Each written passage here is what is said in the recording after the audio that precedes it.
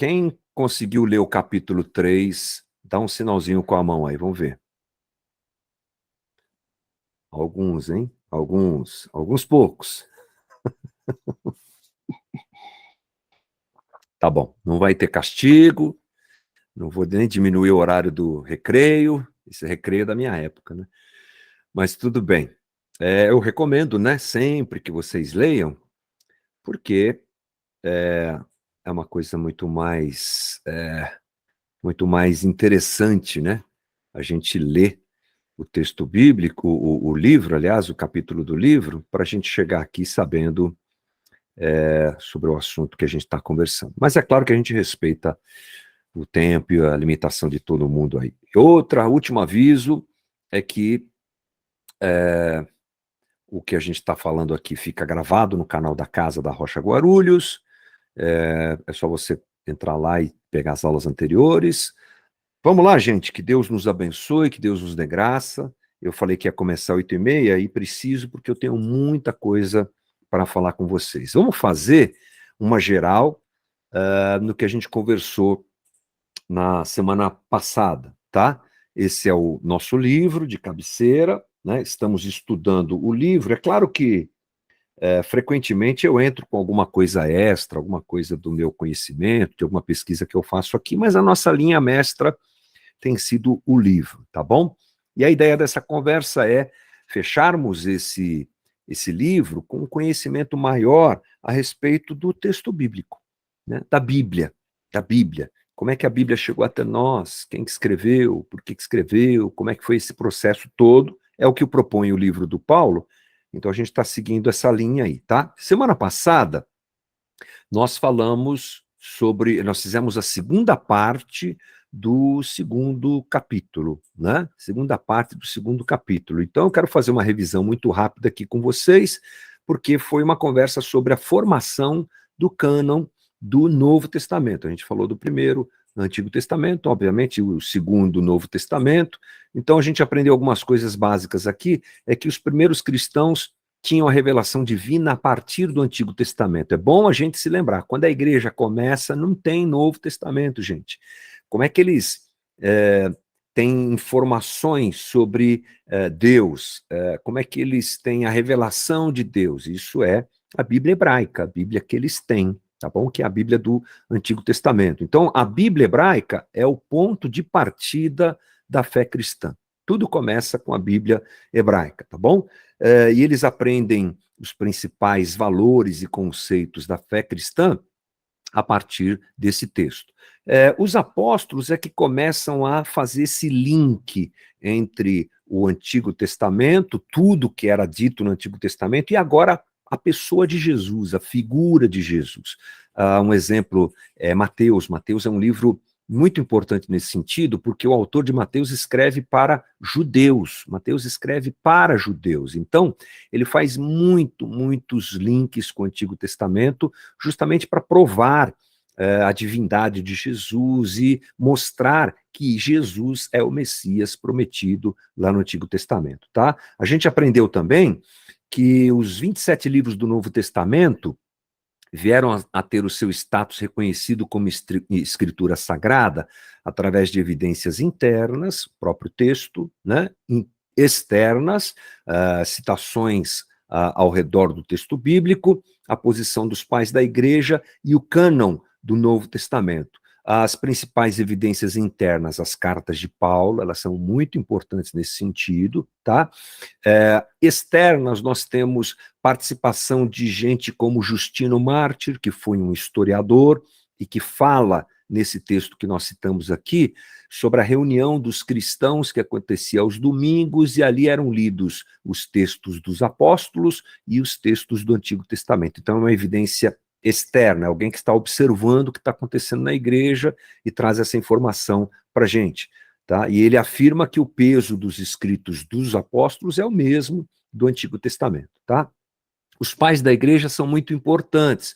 Lembrando que os pais da igreja são aqueles que vêm logo depois que a igreja começa, né? E que são homens que são usados por Deus mesmo para esclarecer assuntos teológicos, para trazer a nós uma leitura mais apropriada do texto bíblico. São homens fascinantes, vale a pena você conhecer mais dos pais da igreja. Irineu de Leão, ele, por exemplo, avaliza, Pápias de Hierápolis também, são os dois que nós citamos semana passada.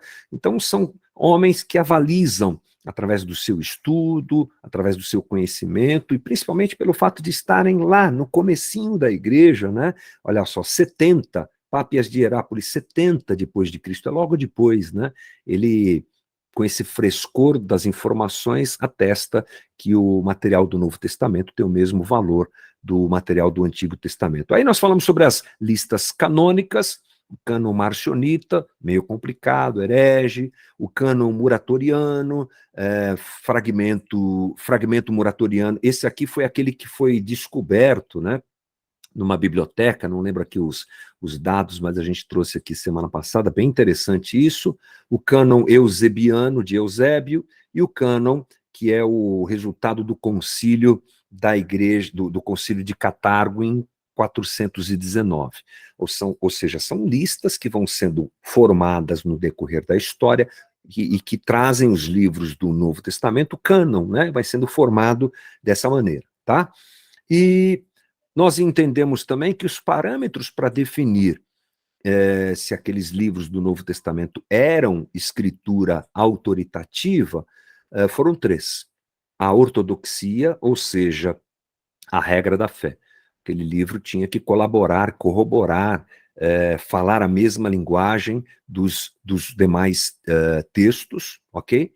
A apostolicidade, ou seja, ele tinha que ter sido escrito por um apóstolo ou por alguém ligado aos apóstolos, é o caso de Marcos e de Lucas, a gente falou isso, e a catolicidade, ou seja, o uso do próprio texto dentro das igrejas, né? E essas três situações, esse tripé é que sustentava o fato de um livro ser reconhecido como canônico, como autoritativo ou não. Tá bom, gente?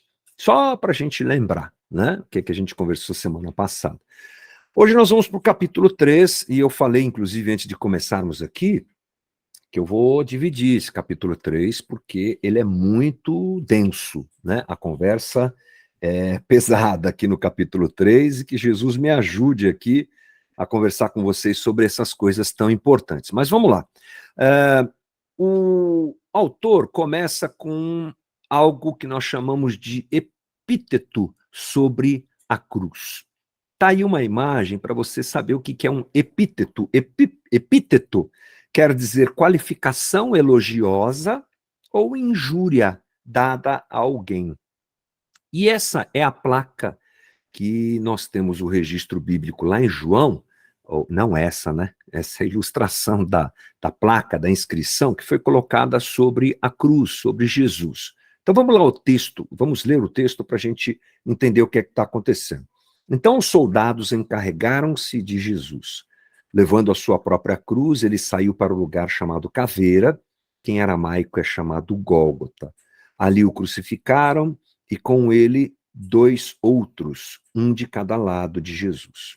Pilatos, olha só, mandou preparar uma placa e pregá-la na cruz com a seguinte inscrição: Jesus Nazareno, Rei dos Judeus. Muitos dos judeus leram a placa, pois o lugar em que Jesus foi crucificado ficava próximo da cidade, e a placa estava escrita em aramaico, latim e grego. Olha que interessante isso, essa placa que alguns dizem que estava escrito INRI, I-N-R-I, que seria o mesmo conteúdo disso daqui em latim, mas o texto bíblico é muito claro, né? Que essa placa foi escrita em 3 línguas, dizendo Jesus Nazareno, Rei dos Judeus. Bom, sobre essa placa, sobre esse epíteto, que está aí com mais detalhes para você na tela, né? Uma reprodução do que foi escrito, o que a gente pode pensar sobre isso? Primeiro, a gente pode, reforçando aqui as línguas, né? Aramaico, ou seja, hebraico. O aramaico era a língua popular que os judeus utilizavam no dia a dia. O hebraico, nesse tempo de Jesus, está sendo usado só no templo, tá? O latim, que era uma língua do próprio Império Romano, e o grego, que era a língua franca do mundo mediterrâneo. A gente até conversou sobre isso aí em outro momento das nossas conversas aqui. Sobre essa declaração, a gente pode pensar essa declaração a partir de duas situações, é o que a gente encontra no nosso livro de cabeceira. Primeiro, a gente pode pensar que essa é uma inscrição que apresenta a acusação contra Jesus, se autodenominando o rei dos judeus, ou seja, é a acusação sobre a qual, através da qual Roma decide, ou por causa da qual Roma decide crucificar Jesus, e Pilatos queria dar visibilidade a isso, ok? Olha, todo mundo que quiser ser rei dos judeus vai ter o mesmo destino desse que está aí pendurado na cruz. É uma maneira de pensar, eu acho que até lógica e correta também. Mas a proposta que nós temos é pensarmos que Deus está fazendo o evangelho já ser anunciado dentro do Império Romano, que era poliglota. Porque essa é uma afirmação, gente, que apesar de ir contra Roma, porque Jesus foi crucificado por uma tramóia, por uma situação criada pelos religiosos, mas quem crucificou Jesus foi Roma. Né? Os religiosos armaram toda a situação, e a crucificação de Jesus acontece porque ele se intitulava e fez isso, rei dos judeus. O meu reino não é daqui, o meu reino já chegou, não é? E isso vai contra a idolatria que devia ser prestada unicamente a César, unicamente ao imperador romano. Então, essa é uma afirmação verdadeira. Jesus é Senhor dos senhores e também, com certeza, Rei dos judeus. Mas ela também é uma realidade da própria pessoa de Jesus. Deus, então, usando a própria crucificação de Cristo para já anunciar aos quatro cantos, através da língua, através do código, através das letras, a realidade do Evangelho. Então, a ideia é que realmente Deus falou na língua dos homens, e ele já está falando, ele sempre vem falando, e aqui ele mais uma vez fala. Deus se ajusta à nossa condição, a fim de que a sua mensagem seja compreendida. Isso deve mexer com a gente. Um Deus tão poderoso, absolutamente único, Senhor de todas as coisas, fala comigo na língua que eu entendo. Não fala comigo em uma língua angelical. Não é interessante? Não fala comigo mentalmente, né? Alguma coisa assim. Fala comigo na língua que eu entendo. É Deus falando na língua dos homens.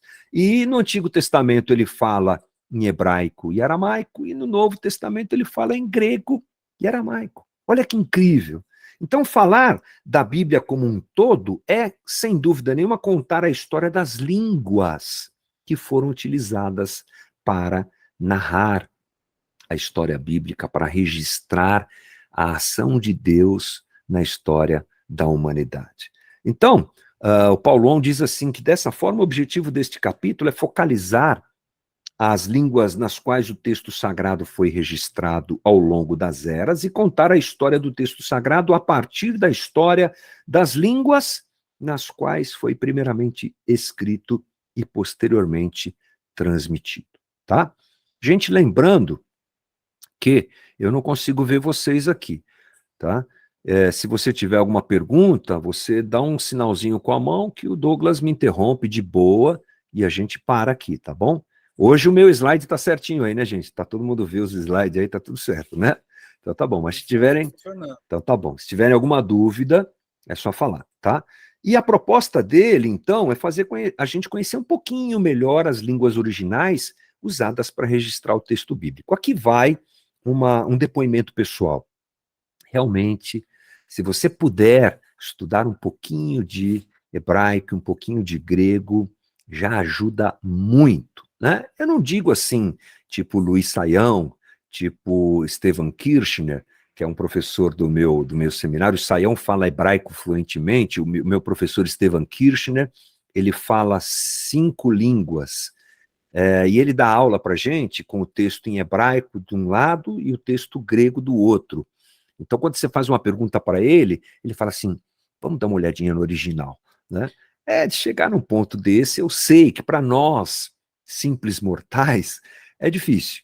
Mas se você puder ter um mínimo de conhecimento e, de repente, aprender a usar um bom dicionário bíblico na língua original, ajuda, abre a mente da gente para entender muita coisa. Então, a ideia do capítulo 3 é essa, e a gente vai, né, junto aqui, passar por ele. Vamos começar pensando em cima dessa coisa das línguas originais a partir de alguns pressupostos. Gente, vamos lembrar que pressuposto é aquilo que se supõe. É uma pressuposição. Eu já suponho alguma coisa, então a partir dessa pressuposição eu construo o meu pensamento, tá? Então, duas coisas são destacadas aqui. O processo de redação de um texto na antiguidade era muito diferente dos diversos processos que temos atualmente. Todo o registro e a sua transmissão era como? Manual. Começa com oralidade e vai para a escrita. Mas antes de chegar no nosso momento atual, internet, aliás, vamos voltar, livro, né? Antes de chegar nisso aqui, ó, na prensa, que a gente vai ver daqui a pouco, tudo era manual. Então, leve sempre em consideração isso, tá? E outra coisa, não existe em nenhuma parte do mundo, pelo menos que tenha sido descoberto até os dias de hoje, algo que poderíamos chamar de texto originalíssimo ou autógrafo. Eu falei isso, a gente conversou já sobre isso, né? Então, nós não temos nenhum documento, nem mesmo fragmentos, que tenha sido escrito, por exemplo, por Mateus, Marcos, Lucas. Não temos, tá? Também nem por Moisés, nem por Davi, a gente não tem isso. O que a gente tem é uma grande variedade de cópias que compõem um quebra-cabeça da formação do texto sagrado. Toda vez que você vai estudar a Bíblia, dessa maneira que a gente está estudando, né, pensando no texto, você vai se deparar com essa situação. Tá? Não temos os originais, eles se perderam no tempo. O que nós temos são cópias e cópias e cópias e cópias. Eu falei até num comentário da semana passada que, por exemplo, o Novo Testamento ele tem mais de 1.500 cópias e fragmentos à nossa disposição. Você vai falar assim, mas isso não é muito. Não, é muito. Para um texto da idade do Novo Testamento é muito. O texto que mais se aproxima é a Ilíada, e tem, se eu não estiver enganado, 70 cópias. Então a gente está muito bem documentado nesse sentido, tá? Então, esse é um processo que a gente precisa partir do estudo bíblico, a partir dele, tá? A matéria, o ramo da teologia que estuda essas coisas aí de montar fragmento com fragmento, é um trabalho de quebra-cabeça, assim, chama crítica textual, tá? É o ramo da teologia que se detém na análise desses fragmentos ou textos completos. Os manuscritos que são testemunhas do texto autógrafo perdido e que poderíamos considerar como texto original. É a crítica textual que faz esse trabalho. Eles juntam, temos aqui 10 cópias, obviamente, estou chutando aqui só a título de exemplo, 10 cópias do texto de Isaías. O que a gente faz? O que eles fazem? Colocam um em cima do outro, assim, né? Para a gente entender, e vão analisando, termo por termo, palavra por palavra. Aí, de repente, eles descobrem que em daquelas cópias está faltando uma palavra, ou tem uma palavra a mais. Pode ser erro do copista, isso era bastante comum, tanto nos textos do Antigo como do Novo Testamento. Então, eles vão pela maioria, né? A maioria é que acaba ganhando nisso. Mas é uma matéria bastante complexa, que se você quiser se aprofundar, tem muita literatura boa para isso, tá? Então, a ideia é que a própria história do desenvolvimento do texto, da língua bíblica, acaba sendo uma metanarrativa de como Deus falou ao seu povo. Por isso, a proposta do capítulo 3 é estudar o texto hebraico, ou as línguas originais, e perceber, por exemplo, quando Deus falou em hebraico. A gente vai estudar hoje só essa parte do capítulo 3, que é muito densa e tem muita informação. Então, a ideia é sairmos daqui entendendo um pouco mais do hebraico, da onde ele vem. Não vou te ensinar palavra nenhuma, mas é história, né? De onde a língua vem, quais os processos de transformação da língua e aí por diante. Então, vamos falar um pouquinho sobre o surgimento. O surgimento do hebraico está ali na Idade do Bronze tardia, ou seja, 1400 e 1200 antes de Cristo, tá?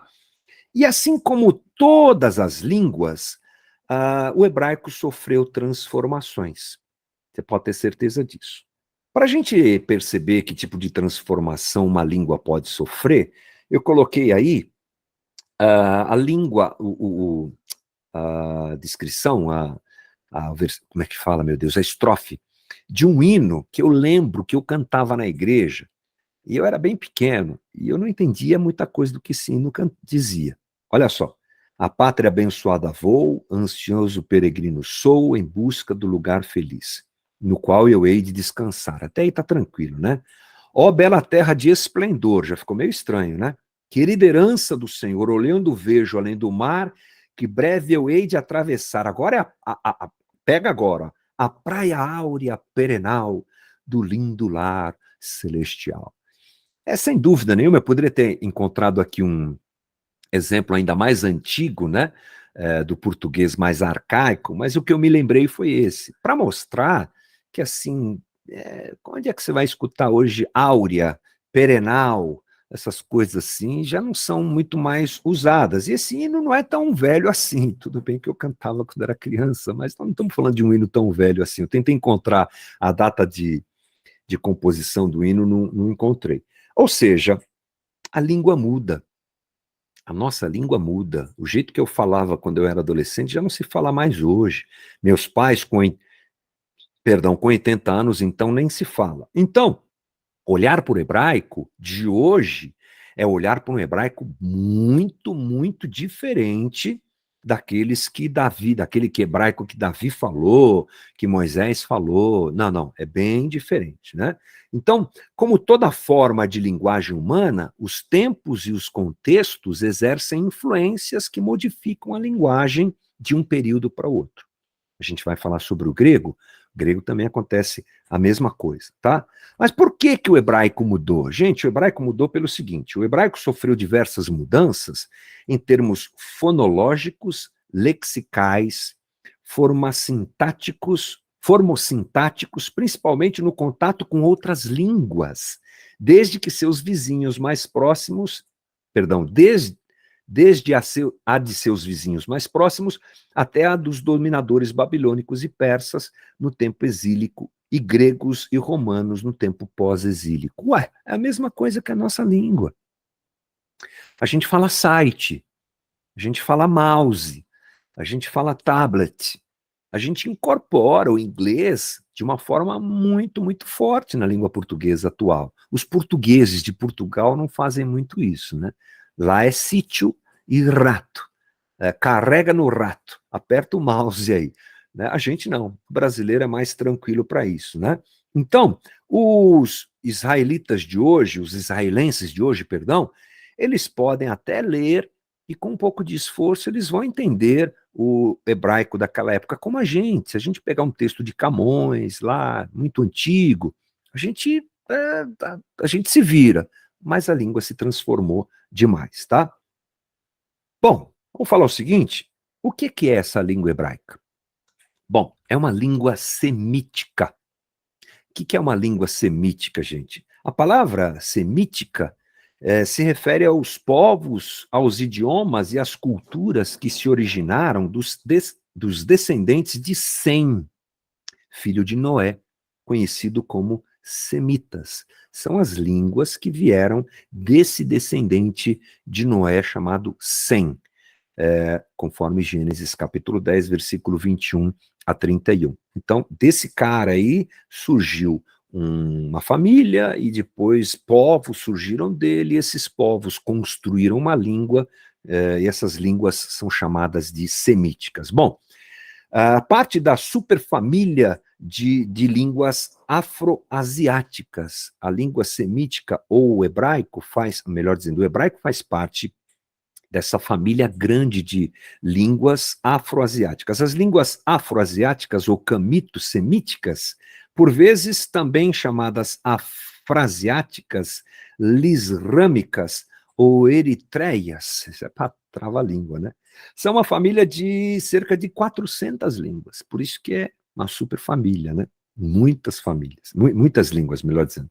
Dentre as línguas afroasiáticas mais conhecidas estão o árabe, que a gente conhece, o hebraico, que a gente conhece, e o Hausa, que eu não tenho ideia o que que é, mas são as três mais conhecidas de tantas que nós temos aí, tá? Uma outra divisão acontece dentro da língua semítica, que é a língua semítica oriental e ocidental.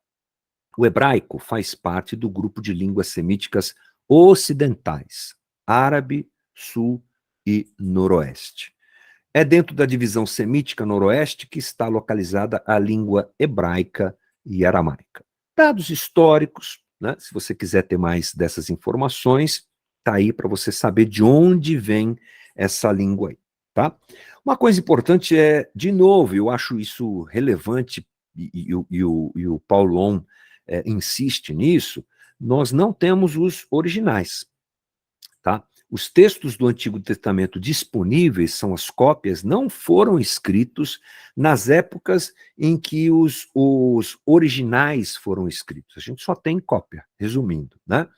Uma das maiores ironias, diz o Paulo On, da ciência paleográfica é o fato de termos várias inscrições em hebraico de épocas anteriores e contemporâneas à redação do texto bíblico, mas não o texto bíblico propriamente dito. Então a gente não tem os famosos autógrafos, já falei, mas como ele repetiu nesse momento do texto, eu achei importante repetir também. Todas as cópias disponíveis são posteriores ao fim do período em que os originais foram redigidos. Bom, vamos lá. Dando sequência. Nós podemos dividir o hebraico em dois momentos. Uma água para refrescar a garganta. O primeiro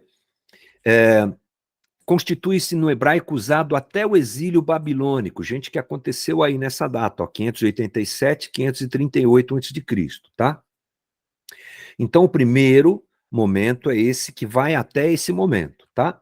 Ali, voltando, já estava escrito grande parte do Pentateuco, e outros livros, olha só, outros livros quais? Josué, Juízes, Samuel, Reis, parte dos Salmos e de Provérbios, Amós, Oséias, Proto-Isaías, Miqueias, Naum, Zacarias, Abacuque, Obadias, Jeremias, Ezequiel e o Deutero Isaías. Ou seja, uma grande parte do texto bíblico do Antigo Testamento já estava escrito utilizando a língua hebraica antes do período do exílio babilônico. O segundo, é óbvio, né, o segundo momento é esse momento pós-exílio. Apresenta um hebraico com influência das línguas dos povos dominadores, principalmente do aramaico. Então a língua já mudou. Antes do exílio era uma língua, depois do exílio outra. Por quê? Influência dos povos que dominaram Israel. Nesse período, o povo que voltara do exílio já havia adotado o aramaico como língua cotidiana, enquanto o hebraico permaneceu como a língua da prática religiosa e da tradição. Então, depois, gente, do exílio, para quem não lembra, o exílio é aquele momento onde Israel é invadida e o pessoal é levado cativo, por exemplo, para a Babilônia, né? A história de Daniel, aquela parada toda. Quando eles voltam do exílio, eles já não falam mais aquele hebraico. Já é uma outra situação, estão influenciados pela cultura dos povos que dominaram, e aí acontece uma coisa interessante, que chega até Jesus. O aramaico é a língua que eles falam normalmente, tem o grego, que é a língua geral, né, de maior influência, tem o aramaico, que é local, e o hebraico. O hebraico se restringe às práticas religiosas, tá? Só para a gente deixar registrado aí. Bom, o Antigo Testamento, que época que ele foi registrado? Nós estamos falando da história da língua. Aí agora a gente olha para o Antigo Testamento. Ele deve ter sido registrado entre 1400 a.C. e 400 a.C., ou seja, 1000 anos, gente, é tempo pra caramba. 1000 anos, mais ou menos, foi o tempo que foi gasto para escrever o Antigo Testamento. A única forma de propagação do texto era a cópia manual dos autógrafos. Os caras, ó, tinta e caneta. Tinta, caneta e papel e papiro e essa coisa toda, né? Então é preciso observar a história da transição desses textos e traçar uma linha histórica dos manuscritos e do desenvolvimento da própria língua e dos textos hebraicos. É por isso que entender um pouco da história da língua é interessante para a gente. Olhamos para a transformação da língua e do texto simultaneamente, de forma complementar. Ou seja, é observar o movimento do texto no decorrer da história. É claro que quem faz isso com mais propriedade são os estudiosos, mas é bom a gente saber, mais uma vez lembrando que o texto não chegou até a gente prontinho, assim, né? Ele sofreu uma série de situações e, inclusive, no aperfeiçoamento, na mudança, na transição da língua por fatores de influência, como, agora há pouco a gente falou, o exílio, por exemplo. Essa transição do texto do Antigo Testamento, ela se deu basicamente em 4 momentos. O texto, ele vai transitando, ele vai mudando, essa transição acontece em 4 momentos. E aí está o mapa desses 4 momentos para a gente olhar junto. Antes de 300 antes de Cristo, tá?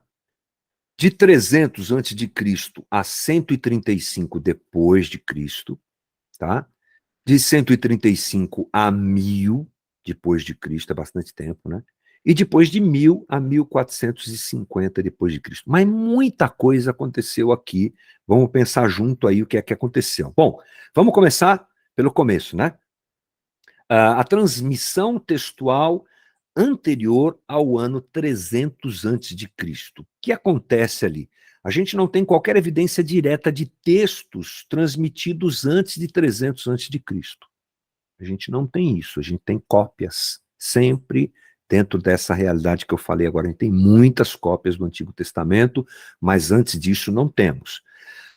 Embora não restem evidências materiais desses documentos, esse primeiro momento foi o período em que o judaísmo chegou às suas principais conclusões em termos de reconhecimento da autoridade do texto. É interessante, porque existem registros históricos da própria tradição de Israel que mostram que foi nesse momento que o texto foi se ajustando e o cânon do Antigo Testamento foi sendo formado, é justamente nesse período aí, tá?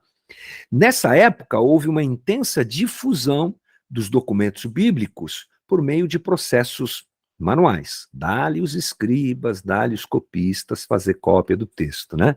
Tais documentos eram divulgados nas comunidades judaicas ao mesmo tempo que eram aceitos como autoritativos. Então, nessa época aí, 300 a.C., a coisa ganha uma proporção interessante dentro do judaísmo, os textos são divulgados e recebidos como textos autoritativos. Bom, nessa fase, qual é a língua usada?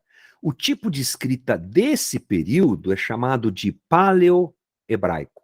Paleo é a palavra velho, antigo, no latim. Paleo-hebraico, tá?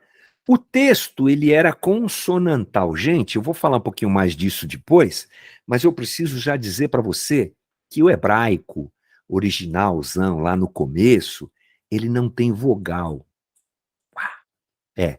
Uau, não tem vogal, uau. Você imagina uma língua sem vogal, só tem consoante. Já já eu te explico melhor. Aliás, a gente vai entender junto aí. Cada palavra provavelmente era separada da outra pelo uso de pontos, só. E aí, o único exemplo que eu consegui foi esse aqui, ó. Cadê? Aí, ó. São 2 moedinhas que têm inscrições com esse paleo-hebraico, tá? Com esse paleo-hebraico, essa coisa antiga aí, da época em que nós estamos falando 300 antes de Cristo. Você vê, não dá nem para ler muito bem, foi a única inscrição que eu consegui. Bom, tal escrita arcaica foi usada até o final desse período. E aí, o Paulo dá uma informação que evidências indicam que essa forma de escrita arcaica foi utilizada pelo menos até o final desse período, sendo substituída pela caligrafia quadrática ou aramaica comum atualmente. Então, depois desse período, tem uma mudança, mas até ele é o que prevalece, tá? O texto foi adaptado à nova escrita. Então, você tinha um texto do Antigo Testamento, e aí a língua muda, ele também é alterado no seu registro, né? Então, isso significa que durante essa primeira etapa, também houve um processo de redação e revisão do texto para adequá-lo à nova escrita, né? Eles foram usando a língua que vai se adaptando, que vai mudando para registrar o texto bíblico, tá? Mas eles praticam também revisões gramaticais no texto hebraico sem a perda de conteúdo.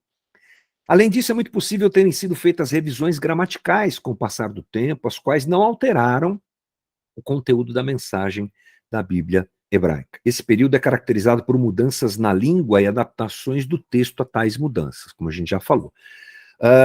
Quanto ao material da escrita nesse período, os textos foram registrados e copiados em papiros, lembra? Papiros feito de junco, material bem precário, que estraga facilmente, e pergaminhos. Pergaminho já é feito de couro de animais, né? Já tem mais durabilidade. Cada livro era escrito em um único rolo. A extensão desses rolos variava de 5 a 44 metros. Gente, era grande, né? Espaço suficiente para conter um livro. Beleza, então assim é o que a gente tem, o texto antes, o hebraico e a relação do Antigo Testamento com esse hebraico mais antigo, antes, 300 anos antes de Cristo, tá? Aí a gente tem o segundo momento, que é o amarelinho aí, ó. 300 antes de Cristo a 135 depois de Cristo, tá? Bom, o que é que a gente tem de importante aqui? É a tal da revolta de Bar Kokhba. E depois dessa revolta, que termina em 135, o texto ganha mais estabilidade. Ah, que revolta é essa? Vamos dar uma olhada, que revolta é essa aí? Ó. A revolta de Bar Kokhba é a terceira revolta judaica, foi uma rebelião que explodiu na Judéia em 132 da Era Comum, 6 décadas após a destruição de Jerusalém pelas tropas de Tito Vespasiano, que ocorreu em 70.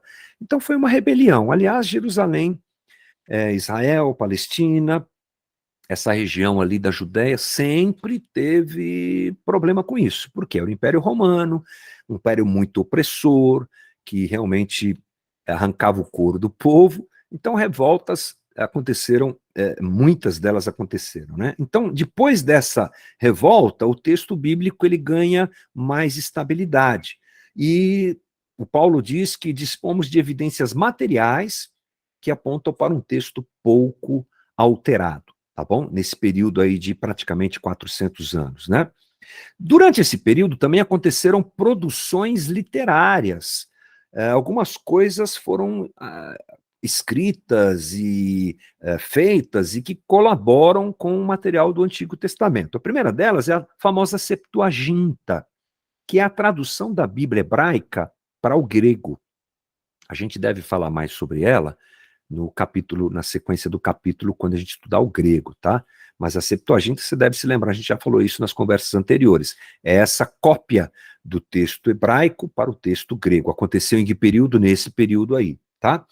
O Pentateuco samaritano foi produzido. O que é isso aí? Lembra que os samaritanos, aquele lugar por onde Jesus passa e fala com a mulher do poço, lá em João 4, o que é que aquele texto nos diz? Que os samaritanos, os quais estabeleceram uma forma de culto a Yahvé no Monte Ebal e Gerizim. Os samaritanos, ou seja, essa forma alternativa ao judaísmo centrada em Jerusalém, aceitava apenas a Torá como livro autoritativo, tá? E o hebraico do Pentateuco samaritano foi mudado, e as ênfases teológicas também foram alteradas de acordo com as convicções dos samaritanos. Então, samaritano é um povo que, no momento histórico da divisão dos dois reinos, acaba sendo desprezado pelos judeus por conta mistura de religiões, por conta da mistura de povos, e isso permanece até a época de Jesus. E lá, lá em Samaria, eles fazem um outro templo, eles criam praticamente um outro judaísmo, e lá eles produzem esse Pentateuco samaritano. Só para constar, tá bom? Mas eu acho que a produção mais interessante para a gente é essa daqui, ó, os manuscritos do Mar Morto, que foram encontrados em Khirbet Qumran. Sempre que você ouvir falar dos manuscritos do Mar Morto, você vai se lembrar de Qumran. Essa imagem aí é a imagem de Qumran. É um lugar realmente, hoje, inóspito, né? Um lugar assim que não dá nem para chegar por lá. Lá eles descobriram os manuscritos do Mar Morto, nessas cavernas aí, ou cavernas parecidas com essas daí, tá? Quem é que produziu esse material? Quem produziu esse material foram os essênios, que é uma seita judaica. Então vamos ler um pouquinho sobre isso. Os essênios, eles são uma comunidade religiosa ascética, ou seja, eles fazem abstenção de prazeres, dos prazeres e do conforto material, em busca do aperfeiçoamento da perfeição espiritual, tá?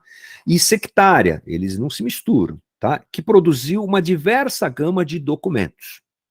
Foram encontrados trechos de textos de todos os livros da Bíblia hebraica, olha que legal, alguns completos, como Isaías, por exemplo. Olha, essa foto que eu coloquei aí é do museu desses escritos, lá em Israel. Museu dos Escritos do Mar Morto. E esse texto aí é o texto de Isaías, ele está completinho, a coisa mais linda, gente, muito legal, né? Além desses textos, ainda há citações e obras baseadas no Pentateuco, nos livros proféticos e nos escritos, bem como a presença de alguns apócrifos, como Tobit, Eclesiástico e literatura pseudoepígrafa. Olha, gente, sem dúvida, foi a maior descoberta nesse sentido do texto bíblico até hoje. Foi uma coisa, assim, muito importante. Como é que ela aconteceu? Ela aconteceu de um jeito bem interessante. Olha aí na sua tela.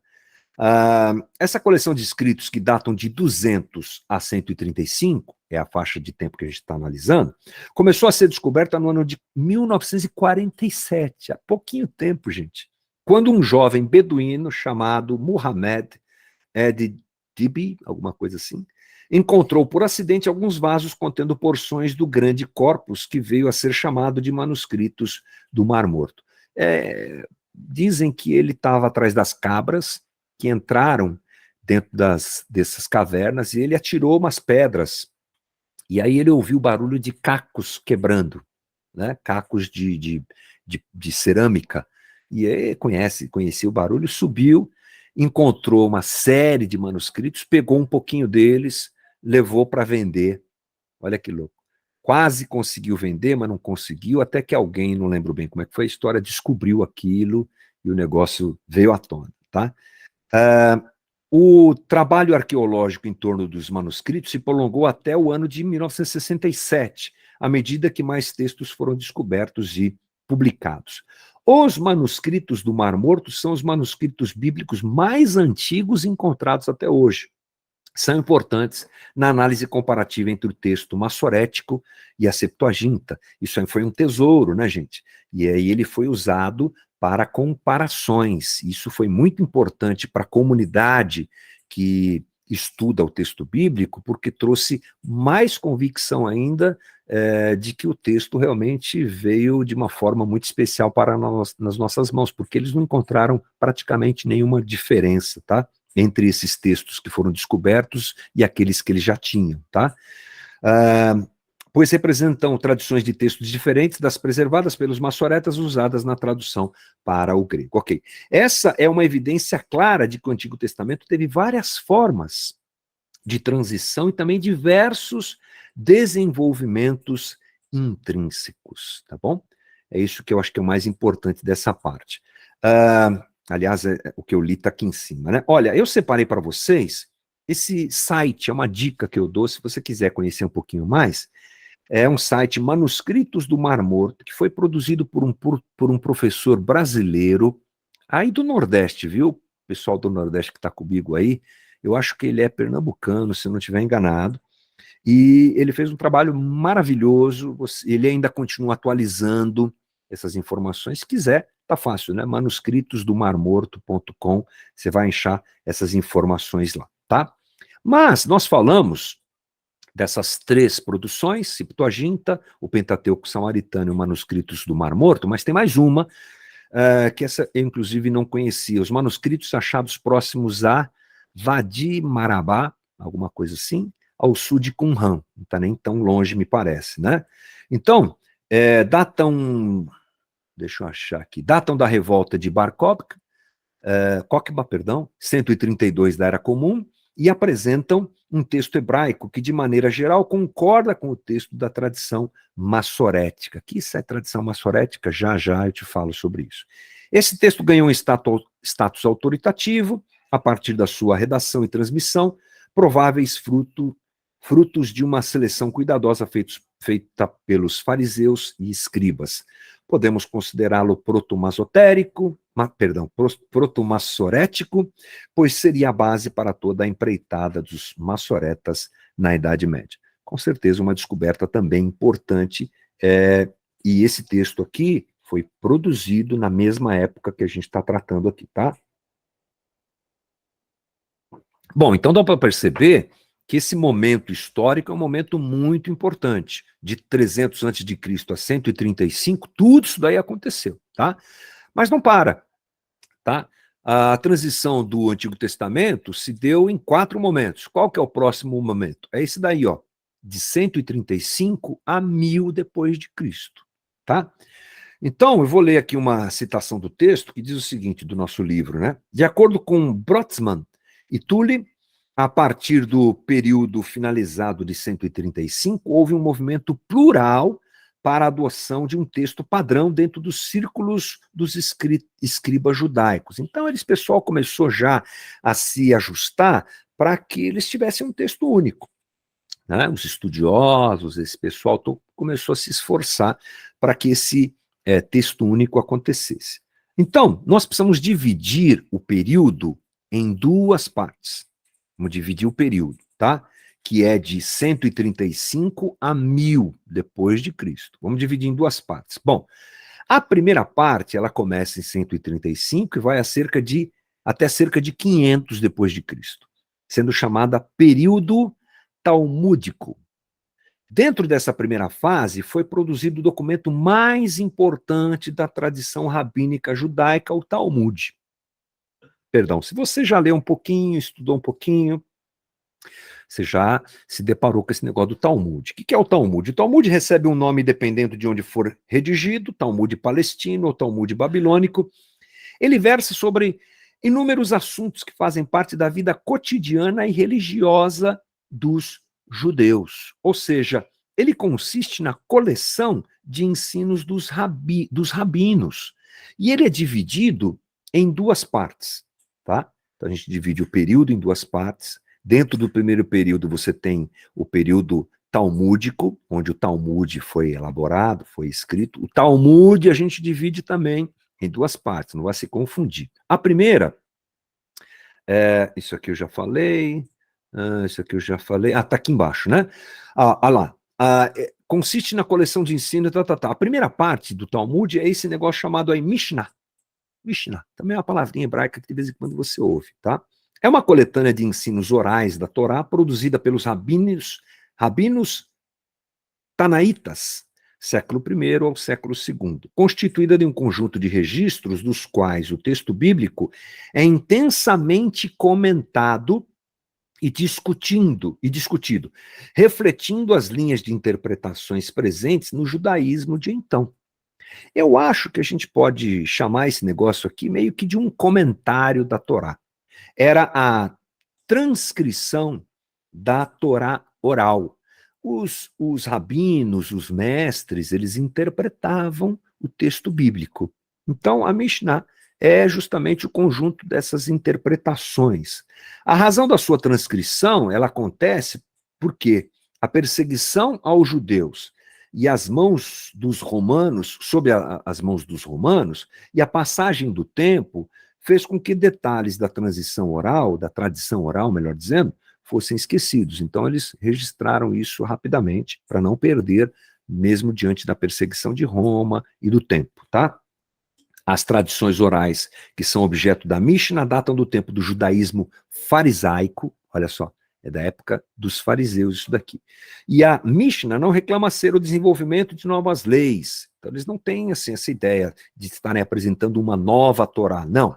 A organização de preceitos, de ensinamentos orais, originados desde a entrega da Torá por Moisés ao povo judeu. É um grande comentário da Torá, se assim a gente pode dizer. Espero que não esteja ofendendo, né, ninguém quando eu falo isso. A segunda parte é a Gemará, ou Guemará, né? Guemará, perdão. O comentário da Mishnah e a base de todos os códigos da lei rabínica. A Guemará, também pronunciada como Gemora, e raramente Gemorá, do aramaico gamar, estudar ou aprender, é a parte do Talmud que contém os comentários e análises rabínicas da Mishnah. É um material complementar à Mishnah. Perfeito. Aí a gente tem a segunda parte desse período, lembra? Dividimos o período em duas partes.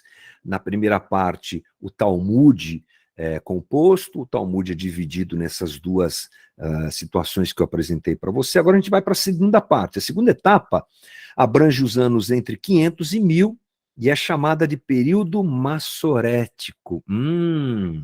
Aí eu gostei. Você vai entender já por que eu gostei. Vamos entender melhor sobre os massoretas. Desde as evidências epígrafas mais antigas, percebemos que a língua hebraica sempre foi uma língua consonantal, não tem vogal, de acordo com as próprias características das línguas semíticas. Elas eram assim. Como não poderia deixar de ser, o próprio texto bíblico foi escrito como texto consonantal, tal como pode ser visto nos manuscritos do Mar Morto. Ou seja, olha só essa imagem aqui, ó, por exemplo. Ó, é um texto assim, ó. Ele vai meio corrido, né? Isso se essa imagem estiver correta, porque eu pesquisei bastante para trazer alguma coisa para vocês aqui, mas às vezes a gente incorre em erros, né? É alguma coisa do tipo, você está vendo? Não tem nada, é tudo reto, tudo direto, tá? Então, o texto bíblico inicial do Antigo Testamento é assim. Como é que você faz? Eu pergunto para você, como é que você faz para manter viva uma língua e um texto que não tem vogal? Só pela oralidade. Então, eles liam em voz alta e os filhos aprendiam, não só dos pais, mas das escolas rabínicas, o som da junção das palavras. Eles sabiam que essa vogal mais essa vogal mais essa vogal só pode ser tal palavra, principalmente pelo contexto, né?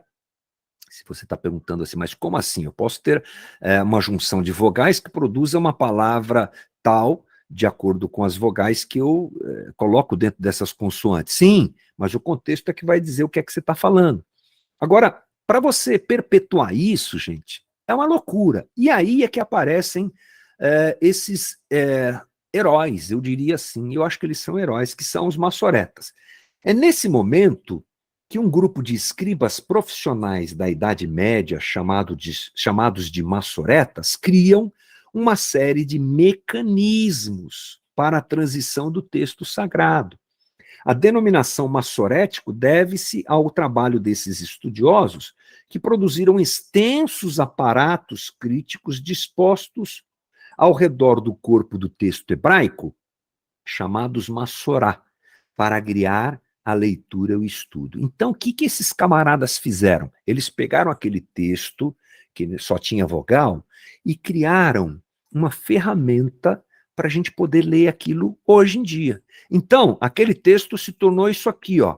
Olha como é diferente. Cheio de pontinho, cheio de detalhezinho, acento, não sei o que lá. É sim. Aqui você já consegue ler o hebraico. Quando eu estudei hebraico, eu estudei esse hebraico aqui, ainda bem, né? Que já tem essas divisões, que já tem esses sinais que dão a gente as vogais e aí por diante. Então, olha só a comparação que a gente pode fazer. Embaixo, o texto sem o trabalho dos maçoretas. Em cima, o texto com o trabalho dos maçoretas. Se ficasse só do jeito que está embaixo aí, dificilmente a situação seria viável na transmissão do texto, né? Mas graças a eles, a gente pode ler o hebraico ainda hoje, tá? Então, o que aconteceu é que esse texto dos maçoretas foi aperfeiçoado por volta dos séculos 9 e 10, substituindo pouco a pouco outras tradições textuais. Os principais manuscritos da Bíblia hebraica que temos à disposição hoje, comumente chamados de textos maçoréticos, são fruto do labor desses maçoretas. Esses caras fizeram um trabalho sensacional que até hoje repercute no estudo do texto bíblico, tá? E aí a gente vai para a última parte dessa divisão de 4 momentos para analisar a transição do Antigo Testamento, que é essa daqui, ó, entre 1000 a 1450. Bom, após o trabalho dos maçoretas, no ano 1000 aproximadamente, as coisas ficaram mais estabilizadas, tá? A partir do ano 1000, quando o trabalho dos maçoretas foi finalizado, o texto maçorético se tornou o texto padrão e passou a ser transmitido de forma estável. Pronto. Como eu falei, eu estudei o texto que esses caras trabalharam, né? E é interessante demais você pegar uma língua que não tem consoante e depois descobrir que ao colocarem esses sinais, eles deram vida a esse texto. É por isso que ele se tornou um texto estável, tá bom? Utilizado até hoje. Essas são as 4 partes, melhor dizendo, esses 4 momentos em que o texto do Antigo Testamento viveu transições muito importantes, tá? Eu acho que foi suficiente para a gente entender aqui, né? Aí vem o que a gente chama de códices, ou codex, o plural é códices, né? Do latim, codex, ou seja, registro ou código, a palavra quer dizer manuscrito antigo que contém obras de autor clássico. Isso quer dizer códice, perdão. Os códices deram origem às versões bíblicas do Antigo Testamento que nós temos hoje. O Codex Leningradensis, sempre tem umas palavras chatas para a gente ler, né?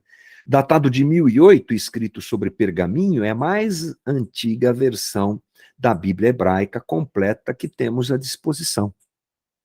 Esse importante códice, junto com o Codex Alepo, tornou-se a base textual para as edições críticas de hoje, chamada, por exemplo, Bíblia Hebraica Stuttgartensia e a Bíblia Hebraica Quinta.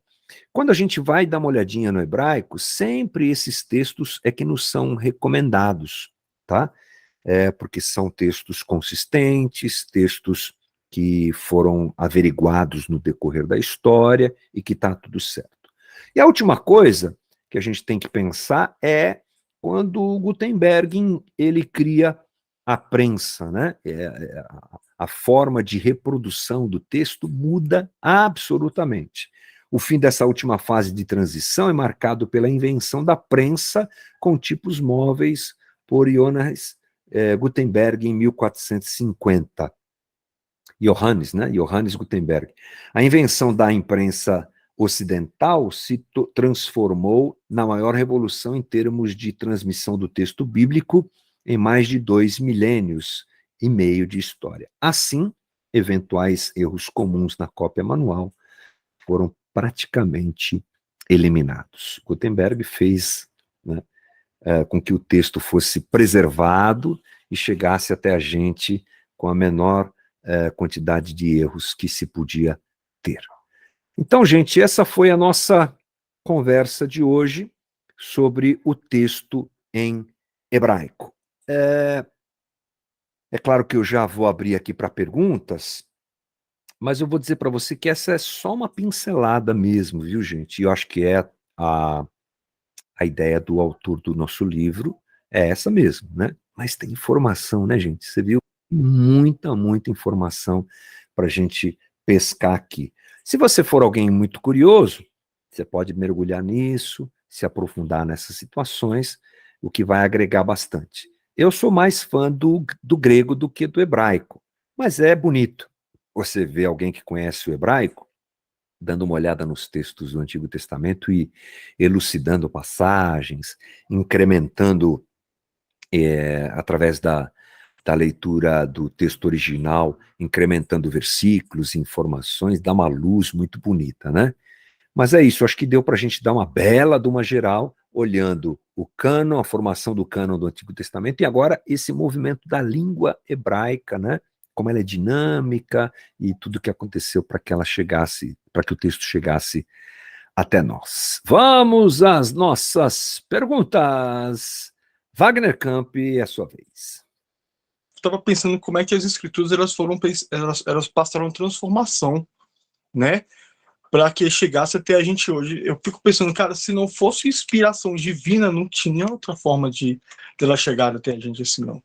Eu fiquei vendo você fazendo assim, eu falei, cara, a cabeça fez assim, falei, cara, é muita transformação, cara, que ela passou até chegar a gente assim, sabe? Caramba, meu.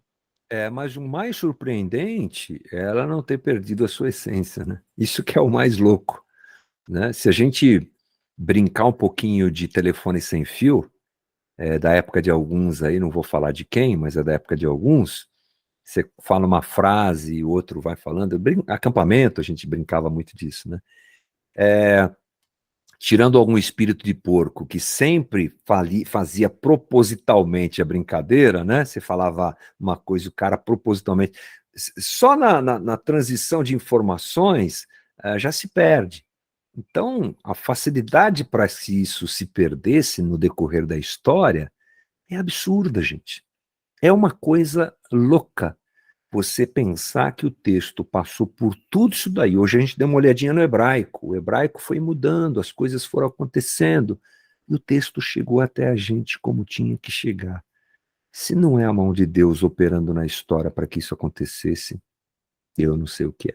Acho que o mais relevante dessa situação é a edificação da nossa fé diante dessa realidade. Deus agiu na história para que o texto chegasse até a gente. Eu acho que eu já falei isso, me delongando um pouquinho, mas vamos lá.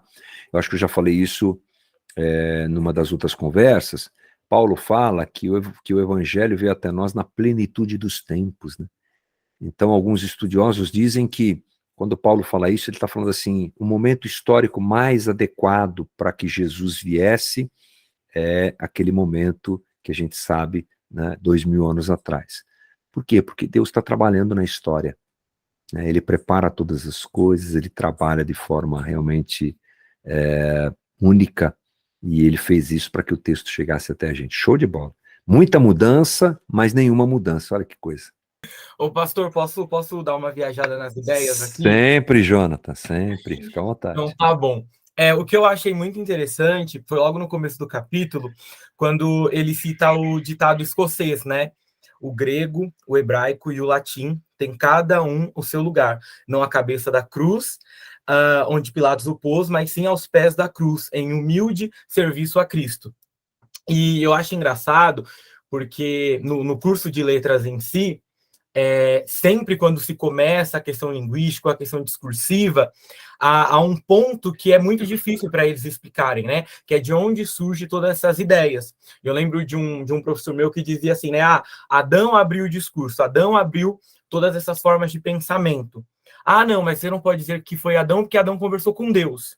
Ontem mesmo eu estava na faculdade e o meu professor dizia, né? O primeiro discurso, o único discurso original é que haja luz. De resto, tudo é cópia dos demais. Mas eu acho engraçado que pensar a língua a serviço do reino e a serviço do evangelho, né? E não apenas como... Eu acho engraçado quando você tem a possibilidade de falar outros idiomas, mas quando você coloca tudo isso, a maneira como você escreve, a maneira como você fala, a maneira como você se comunica a serviço do reino, eu acho isso fantástico. Tanto é que tem um livro chamado... que tá aqui, né?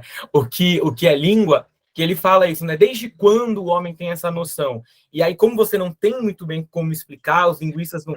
Eles falam desde os tempos adâmicos, né? Mas tirando, obviamente, o fator fé. Sim, claro. O N.T. Wright, ele diz uma coisa interessante, sobre a nossa relação com o texto, que ele fala assim, né? Se o texto for de difícil compreensão, o bom leitor fará o esforço necessário para entendê-lo, retornando sempre ao texto e continuando a ouvi-lo. Entretanto, por mais que o leitor chegue de compreendê-lo, a leitura continuará a ser peculiarmente aquela do leitor. O subjetivo nunca se perde, o fator que não é necessário nem desejável. Nesse sentido, amor significará tensão, prontidão para deixar que o outro seja o outro, vontade de crescer e mudar-se a si próprio em relação ao outro. Que o que ele coloca é que a única forma como nós conseguimos nos relacionar com um texto bíblico, estudando todos esses elementos, é através do amor. Ou você ama o texto bíblico, ou você não ama. E eu achei muito engraçado, porque ele estava num capítulo muito técnico, e de repente ele joga o amor. E eu falo, mas caramba, né? Eu tenho que olhar para tudo isso, para essa história, para esse Deus que falou em hebraico, em grego, e amar, né? Eu acho que isso que é muito lindo, né? A língua a serviço do reino, a serviço do evangelho. Muito legal. Pensando a partir do que você colocou algumas coisas, a gente pode afirmar que o texto bíblico, ele, de alguma forma, quando encarado por nós como o instrumento de Deus para se revelar, a gente começa a entender porque Jesus é o Logos, né? Tudo tem a ver com o texto, é a palavra que se fez carne, Jesus que veio habitar entre nós, é uma coisa muito, muito realmente especial. E aí, olhar para o texto bíblico com amor, como o N.T. Wright coloca, eu acho muito relevante, com temor, com respeito, com a nossa limitação, né, de saber que a gente tem dificuldades para entender, mas que a palavra de Deus alimenta realmente o nosso coração e marca a nossa fé, faz a gente se preocupar em ter uma dedicação maior para compreender o texto bíblico. Escondi a tua palavra no meu coração para não pecar contra ti, né? Todas essas informações que a gente tem aqui, elas podem ser vistas só como informação, né? Existem estudiosos do texto bíblico absolutamente capazes, assim, né? Absolutamente não, mas muito capazes no que tem a ver com informação, conhecimento do texto, mas eles são vazios de Deus, né?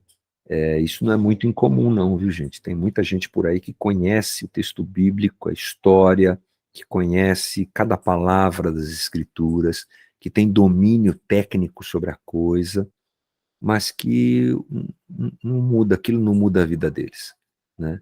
É só história, é só informação, são só dados, não tem pessoalidade, não tem proximidade, não tem relacionamento. Então, quando a gente se dobra sobre o texto bíblico, seja através de um estudo como esse, que é bastante técnico, eu sei, ou seja no momento de uma devocional, que o nosso coração procure compreender esse movimento divino de aproximação para com a gente, e isso cause temor, reverência ao texto, sabendo que Deus proporcionou que ele chegasse até nós, e isso já é um milagre, sim, fantástico, uma coisa. Aliás, milagre é fantástico, né? Isso é um milagre, é isso. Desculpa me prolongar aqui. Pode falar, gente, fica à vontade. Sabe o que eu fiquei pensando, Mito, quando eu estava lendo esse capítulo? Eu lembro que na primeira aula, no final, a gente estava falando sobre a graça. Que o Paulo On coloca lá no primeiro capítulo, né, que Deus quis comunicar com o homem, né, se fazer conhecido para o homem, né, isso é graça divina. E aí eu fazendo o link dessa primeira parte com esse capítulo agora, que ele começa, né, e Deus falou na língua dos homens, ou seja, ele usou as ferramentas linguísticas que nós tínhamos para comunicar conosco. Isso, aí você continua vendo a graça, né, nesse sentido, porque ele não inventou nada. Aqui, vocês usam essa língua, então é isso que eu vou utilizar para falar com vocês. Vocês não precisam de aprender nada diferente. É a ferramenta que vocês têm. Então você vê a disposição de Deus querer falar conosco, né, se querer fazer conhecido por nós, né? Isso, eu acho isso aí muito interessante. Tirando a técnica, né, porque é bem complexo o capítulo, mas foi nesse link, sabe, desses dois pontos do livro, eu estava refletindo sobre isso quando estava lendo. Claro. Eu acho que é o mais importante, né? Ele abre o capítulo falando sobre isso, né? Que Deus resolve falar a nossa língua, né? Não uma língua diferente, alguma coisa assim. Ele vem e se revela e dá o conhecimento de si mesmo através da nossa língua, e isso é graça. Isso é misericórdia de Deus. Aliás, uma coisa que a gente nunca pode esquecer, qualquer movimento de relacionamento entre homem e Deus sempre parte de Deus, gente. Porque a gente não conheceria Deus se ele não quisesse se revelar, né? João já afirma aquela realidade de que nós só o amamos porque ele nos amou primeiro. Sempre foi da parte de Deus. Um Deus que poderia ficar escondido, ter nos criado e dado no pé, né? E deixado a gente a ver navios, mas não.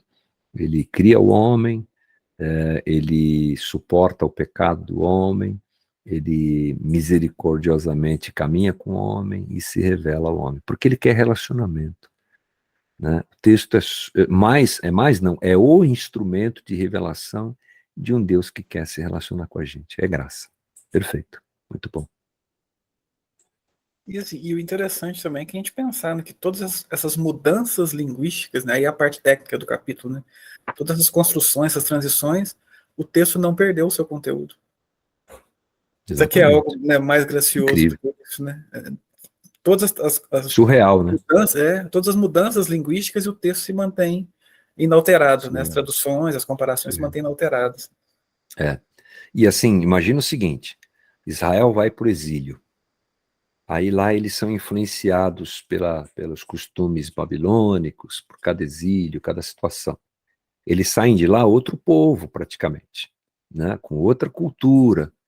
E aí, se o texto não é atualizado, aquilo se perderia no passado. A gente pouco pensa nisso, né? Tipo assim, é uma atualização que mantém a palavra viva, que mantém o texto vivo para Israel não se perder. Então é Deus agindo no meio da história para que a sua palavra não se perca e chegue até a gente. É surreal isso. Para mim é fantástico. Então encerramos nosso bate-papo de hoje. Semana que vem a gente entra no grego. Já é, né, uma outra maneira também de entender, óbvio, o Novo Testamento, tá? E a recomendação é que, se você puder depois escutar essa aula com mais calma, né, na reprise, faça isso. Se não puder também, tá tudo certo. E que Deus nos abençoe nesse trajeto, nesse processo de aprendermos mais do texto bíblico, tá bom? Gente, o Douglas está fazendo aniversário hoje, eu anunciei isso no começo da live, mas nós vamos fechar, né, aqui dando uns belos parabéns para o meu amigo Douglas. Você pode deixar na edição isso aí, não tem problema, não precisa tirar não, viu, Douglas, na edição. Eu estava pensando em tirar, para mim já acabou uns tempos atrás. Então, obrigado pela ajuda, viu, Douglas, pela caminhada com a gente aí. Deus nos abençoe, tá bom? Vou orar por todos nós aqui, gente, e aí a gente se despede, tá? Jesus, obrigado mais uma vez pela conversa. Obrigado porque em tudo isso, esses pontos ressaltam os nossos olhos. A gente vai até a história, a gente vai até os movimentos detalhados do que aconteceu e a gente vê a tua mão. É o que a gente vê, a tua misericórdia. O Senhor preservando a revelação sobre ti mesmo para que ela chegasse até a gente. Então a gente só pode sair daqui de uma conversa como essa edificados em perceber um Deus que trabalha na história para se revelar para o homem, que não tem desculpa. Nós não temos desculpa. Se nós queremos te conhecer, o Senhor já se revelou e usou o texto bíblico para isso. Então desperta cada vez mais, através dessas conversas em nós, temor, amor e proximidade contigo, através dessa revelação tão preciosa que é o texto bíblico. Muito, muito obrigado por tudo que o Senhor fez na história para que isso acontecesse e chegasse até nós. Obrigado por cada irmão aqui, obrigado pela vida do Douglas mais uma vez, abençoa o teu filho, obrigado pelo companheirismo, pela caminhada na comunidade. Dá-nos um bom descanso e um bom restinho de semana, Senhor. É o que nós te pedimos em nome de Jesus. Amém.